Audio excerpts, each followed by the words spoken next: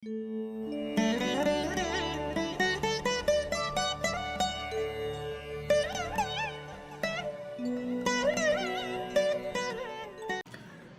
நேயர்கள் அனைவருக்கும் இனிய நல்வாழ்த்துக்கள். எல்லோரும் நன்றாக இருப்பீர்கள். இப்பொழுது ஜூன் மாதம் 23ஆம் தேதி திங்கட்கிழமையிலிருந்து ஜூன் மாதம் 29ஆம் தேதி ஞாயிற்றுக்கிழமை வரையிலான இந்த வாரத்தில் மேஷம் முதல் மீனம் வரையிலான 12 ராசிக்காரர்களுக்கு எப்படி இருக்கும் அப்படிங்கிறத பார்த்துடலாம். சிம்மராசிக்காரர்களுக்கு மிகப்பெரிய நல்ல அமைப்பு. சந்திரன் 10, 11, 12ஆம் இடங்கள்ல இருக்கிறார். இந்த வாரத்தின் ஆரம்பத்தில் 10ஆம் இடத்துல அவர் உச்சமாக இருக்கிறார். 10ஆம் இடத்துல அவர் எப்பவுமே உச்சமானர்னா ஏற்றுமதி இறக்குமதி போன்ற அமைப்புகள், ஆறு கடல் சார்ந்த விஷயங்கள்ல இருக்கக்கூடியவர்கள், நீர் சார்ந்த தொழில்களை செய்யக்கூடியவங்க, டீ கடை, பால் கடை, தண்ணி கடை, வாட்டர் கேன் போடுறவங்க, இந்த மாதிரியான அவர்களுக்கு எல்லாத்துக்குமே ஓரளவுக்கு நல்ல பலன்களை கண்டிப்பாக செய்வார். அஷ்டமச்சனி நடக்குது அப்படின்றத கண்டிப்பாக சிம்மராசிக்காரர்கள் எந்த நிலையிலும் கவலைப்பட தேவையில்லை. அஷ்டமச்சனி இன்னொரு 1.5 வருஷத்துக்கு உங்களை எந்த விதத்திலையும் டிஸ்டர்ப் பண்ணாது. ஆக சிம்மராசிக்காரர்களுக்கு இந்த வாரம் சந்திராஷ்டமம் எதுவும் இல்லாமல் இருப்பதாலும் 10, 11, 12ஆம் இடங்கள்ல சந்திரன் வலுவாக இருக்கிறதுனாலையும் ஓரளவிற்கு நல்லவைகள் நடக்கக்கூடிய அமைப்புகள் உண்டு. என்ன அகலக்கால் எதுவும் வச்சிடாதீங்கன்னு சொல்லுவேன். தொழில் அமைப்புகளில் நீங்களாக தேடி எந்த ஒரு முடிவையும் எடுக்க வேண்டாம். நீங்களா வேலையை விடுறது, நீங்களா தொழில் ஆரம்பிக்கிறது, நீங்களா உங்களை தேடி வரக்கூடிய முடிவுகள், உங்களை தேடி வரக்கூடிய செயல்களை மட்டுமே நீங்க அக்செப்ட் பண்ண வேண்டுமே தவிர நம்மளா யோசிக்கிற உடனே செயல்படுத்தணும்னு நினைக்கக்கூடாது. பேராசப்படாதீங்க. நண்பர்களோடு எதையும் சேர்ந்து அப்படி இப்படி பண்ணலாம் அப்படிங்கிற அமைப்புகள் இப்போது வராது. உண்மையை சொல்ல போனா நண்பர் என்ன சொல்லுவார்னா, நீ அரிசி எடுத்துட்டு வா, நான் உமி எடுத்துட்டு வரேன், ஊதி ஊதி திங்கலாம் அப்படின்ற மாதிரியான விஷயங்கள் வரும். அதிலையும் குறிப்பாக சொந்தக்காரர்களோடு நண்பர்களோடு 2 பேருமே உங்களை உபயோகப்படுத்திக்கத்தான் பார்ப்பாங்களே தவிர பெரிய அளவில் மற்றவர்கள் உங்களுக்கு உதவ மாட்டார்கள் என்பதை கருத்தில் கொண்டு எல்லாவற்றிலும் ஒரு நிதானத்தை கடைபிடிக்க வேண்டிய வாரமாக இந்த வாரம் கண்டிப்பாக இருக்கும். சந்திராஷ்டமம் இந்த வாரம் உங்களுக்கு கிடையாது. 11ஆம் இடத்துல குருச்சந்திர யோகம் வாரத்தின் நடுப்பகுதியான புதன்கிழமை வியாழக்கிழமை ஏற்படுகிறது. அந்த புதன்கிழமை வியாழக்கிழமை 2 நாளும் அட்டகாசமான நாள். தொட்டது துலங்கக்கூடிய நல்ல அமைப்பு. சூரியன், சந்திரன், குரு போன்ற மூவருமே 11ஆம் இடத்தில் வலுவான அமைப்பில் சேர்றதுனால அந்த காலகட்டங்களில் அப்பா அம்மா கிட்ட ஏதாவது ஒரு காரியம் நிறைவேற்றிக்கணும் அப்படின்னு சொன்னா சிம்மராசிக்காரர்கள் அம்மா கிட்டையோ அப்பா கிட்டையோ எதையும் சாதித்துக் கொள்ளக்கூடிய அமைப்புகள் அப்போது உண்டு. ஆகவே சிம்மத்திற்கு பெரிய சோதனைகள் எதுவும் கண்டிப்பாக கிடையாது. எல்லாம் நல்ல விதமாக முடியக்கூடிய ஒரு அற்புதமான நல்ல மாதமாகவே நல்ல வாரமாகவே இந்த வாரம் சிம்மராசிக்காரர்களுக்கு இருக்கிறது. பெரிய கஷ்ட நஷ்டங்கள் கண்டிப்பாக வராதுங்க. அதே நேரத்தில் பூரம் நட்சத்திரக்காரர்களுக்கு இப்பொழுதே சில அகலக்கால் வைக்கக்கூடிய உங்களில் இப்போ மகம் நட்சத்திரக்காரங்க கொஞ்சம் எதுவுமே நடக்காமல் இருக்கிறீங்க. பூர நட்சத்திரக்காரர்களுக்கு ஏதாவது தொழில்துறை அமைப்புகளில் சங்கடங்கள் வரும். அதில் மட்டும் கொஞ்சம் கவனமாக இருக்க வேண்டிய அமைப்பு இப்போது உண்டு. ஆயினும் பொதுவாக சிம்மராசிக்காரர்களுக்கு கெடுதல் இல்லாத வாரமாகவே அமைந்திருக்கிறது இந்த வாரம். கன்னிராசிக்காரர்களுக்கு 9, 10, 11ஆம் இடங்கள்ல இப்போது சந்திரனுடைய இயக்கங்கள் இருக்கின்றன. 9ஆம் இடத்துல அவர் உச்சம், 10ஆம் இடத்துல அவர் குருச்சந்திர யோகத்தில் அமாவாசை அமைப்பில் இருப்பார். 11ஆம் இடத்துல அவர் ஆட்சியாகி ராசிநாதனோடு சேருவார். எல்லா கிரகங்களும் இப்போ ரொம்ப பெரிய அளவில் உங்களுக்கு நல்லது செய்யக்கூடிய அமைப்புகள் இருக்குது. மிக முக்கியமான ஒன்று என்னன்னு பார்த்தீங்கன்னா, இந்த வாரத்தின் கடைசி நாளில் சுக்கிரன் 9ஆம் இடத்துக்கு மாறுகிறார். பாக்கியாதிபதி பாக்கிய இடத்திற்கு மாறி ஒரு மாதம் 20 நாட்கள் 9ஆம் இடத்துல இருக்கிறதுன்றது கன்னிராசிக்காரர்களுக்கு மிகப்பெரிய கொடுப்பினையான ஒன்று. 6ஆம் இடத்துல ஏற்கனவே கேது இருந்து எதிர்ப்புகள், கடன்கள், நோய்கள் போன்றவைகளை உங்களுக்கு வராமல் தடுத்து கொண்டிருக்கிறார் என்பதுதான் உண்மை. என்ன கொஞ்சம் எல்லாத்திலையும் கொஞ்சம் பிடிவாதக்காரனா இருப்பீங்க. இயல்பாகவே புத்திசாலிகளாக இருக்கக்கூடிய அத்தனை கன்னிராசிக்காரர்களும் தன்னுடைய மூளை திறமையை மட்டுமே நம்பி மற்றவர்களை கொஞ்சம் அலட்சியப்படுத்தக்கூடிய தன்மைகளை இப்போ கொஞ்சம் நீங்க ஒதுக்கி வைக்கணும். மற்றவர்களும், அதாவது 2 கை தட்டினா தான் ஓசை. ஒரு ஆள் எதையுமே செய்ய முடியாது. நமக்கு நண்பரோ, எதிரியோ, சொந்தக்காரரோ, கணவனோ, மனைவியோ யாராவது ஒருவருடைய தயவு வாழ்க்கையில தேவை என்பதை உணர்த்தக்கூடிய சில சம்பவங்கள் இப்போது கண்டிப்பாக கன்னிராசிக்காரர்களுக்கு இருக்கும்.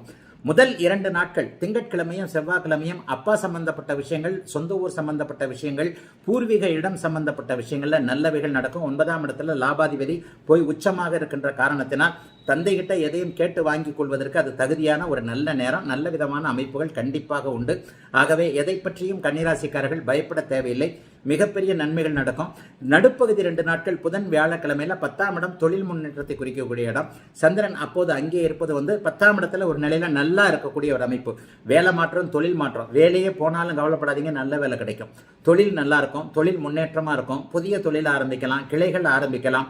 விவசாயம் நல்லா இருக்கும், வியாபாரம் நல்லா இருக்கும். இதுவரை லாபம் வராத இடங்கள்ல எல்லாம் நல்ல லாபம் வரக்கூடிய வியாபாரம் தாங்க நடக்குது, லாபத்தை காணோம்னு நினைக்கிறவங்க எல்லாருக்குமே கொஞ்சமாக வியாபாரம் நடந்தாலும் லாபங்கள் நன்றாக இருக்கும்.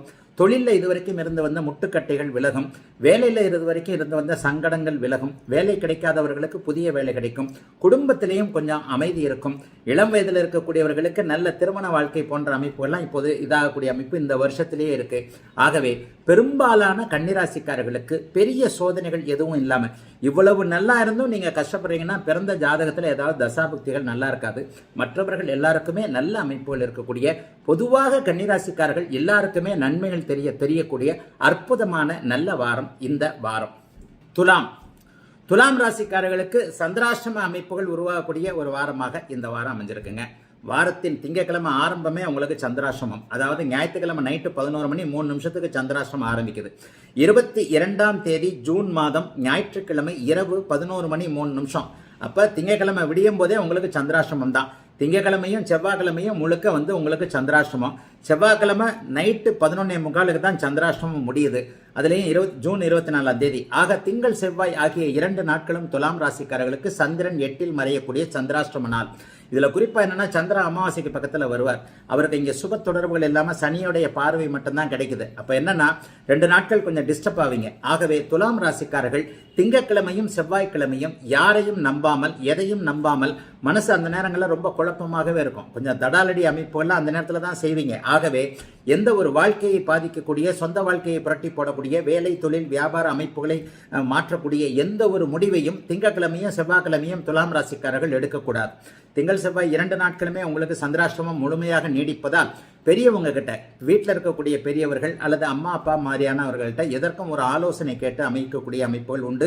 பண விஷயத்தில் யாரையும் நம்பாதீங்க. சோசியல் மீடியாவில் ஃபேஸ்புக்கில் வர்ற தகவல்கள், ஓடிபி கேட்டு வரக்கூடிய தகவல்கள், அப்படி இருக்குது இப்படி இருக்குது, ₹1 போட்டிங்கன்னா ₹10 எல்லாம் இந்த மாதிரியான தம்முடைய காதில் பூ சுத்தக்கூடிய வேலைகள், ஸ்கேம் அப்படின்ற மாதிரியான ஒரு இது மோசடி ஏமாற்றுதல் போன்றவைகள்லாம் சந்திராஷ்டம நாட்களில் தான் நடக்கும். ஆகவே வாரத்தின் முதல் 2 நாட்கள் துலாம் ராசிக்காரர்கள் கொஞ்சம் கவனமாக இருக்க வேண்டிய ஒரு வாரமாக சந்திராஷ்டம நாட்களாக இப்போது இருக்கிறது. அதை தவிர்த்து மற்ற 5 நாட்கள்லாம் பெரிய அளவில் கஷ்டங்கள் இருக்காதுங்க. 9, 10ஆம் இடங்கள்ல வாரத்தின் கடைசியில் சனி ஞாயிற்றுக்கிழமையில பார்த்தீங்கன்னா சந்திரன் அற்புதமாக 10ஆம் இடத்தோடு புதனோடு சேர்ந்து 9, 10ஆம் அதிபதிகள் தர்மகர்மாதிபதி யோகத்தில் அமைந்திருக்கக்கூடிய சிறப்பான நன்மைகள் நடக்கக்கூடிய அமைப்புகள் இருக்கு. ஆக முதல் 2 நாட்கள் டிராவல் பண்றவங்க கூட கொஞ்சம் உஷாரா சூட்கேஸில் என்ன வச்சிருக்கிறீங்க, நகை வச்சிருக்கிறீங்களா, பணம் வச்சிருக்கிறீங்களான்னு கவனமா இருக்கணும். பிற்பகுதி 5 நாட்கள் எல்லாம் நன்றாக இருக்கும். தொட்டது துலங்கும். திருமண அமைப்புகள் நன்றாக இருக்கும். காதல் வாழ்க்கை நன்றாக இருக்கும். மிக முக்கியமாக வேலைகள் கிடைக்கக்கூடிய தன்மை, பதவி உயர்வு, சம்பள உயர்வு போன்றவைகளை எதிர்பார்த்திருந்தவர்களுக்கு வாரத்தின் இறுதியில் வெள்ளிக்கிழமை அல்லது அடுத்த வாரம் திங்கட்கிழமை உங்களுக்கு நல்ல செய்திகள் கிடைக்கக்கூடிய அமைப்புகள் உண்டு. எதையும் சாதிக்கக்கூடிய நல்ல வாரமாக வாரத்தின் பிற்பகுதி 5 நாட்கள் அமைந்திருக்கிறது துலாத்திற்கு இந்த வாரம். விருச்சிக ராசிக்காரர்களுக்கு சிறப்பான வாரமா இந்த வாரம் இருக்கும். ஆனா ஒண்ணு என்னன்னா புதன்கிழமையும் வியாழக்கிழமையும் கொஞ்சம் சந்திராஷ்டம நாளாக அமையும். வாரத்தின் முதல் 2 நாட்கள் 7ஆம் இடத்தில் உச்சமாக இருந்து அப்படியே ராசியை பார்க்கக்கூடிய சந்திரன் பாக்கியாதிபதி உச்சமாக இருக்கிறார். ஆக வாரத்துல திங்கட்கிழமையும் செவ்வாய்க்கிழமையும் எடுத்த 2 நாட்கள் ஓஹோன்னு இருக்கும். நடுப்பகுதியில் கொஞ்சம் ஸ்பீடு பிரேக்கர், வண்டி வேகமாக போகும்போது ஸ்பீடு பிரேக்கர் பார்த்தோம்னா கொஞ்சம் டவுன் ஆகும்ல, அது மாதிரி உங்களுக்கு புதன்கிழமையும் வியாழக்கிழமையும் கொஞ்சம் டல் அடிக்கும். சந்திராஷ்டமம் என்பது இந்த வாரத்தில் ஜூன் 24ஆம் தேதி செவ்வாய்க்கிழமை இரவு 11:45 அதாவது புதன்கிழமை விடிஞ்சா உங்களுக்கு சந்திராஷ்டமம்.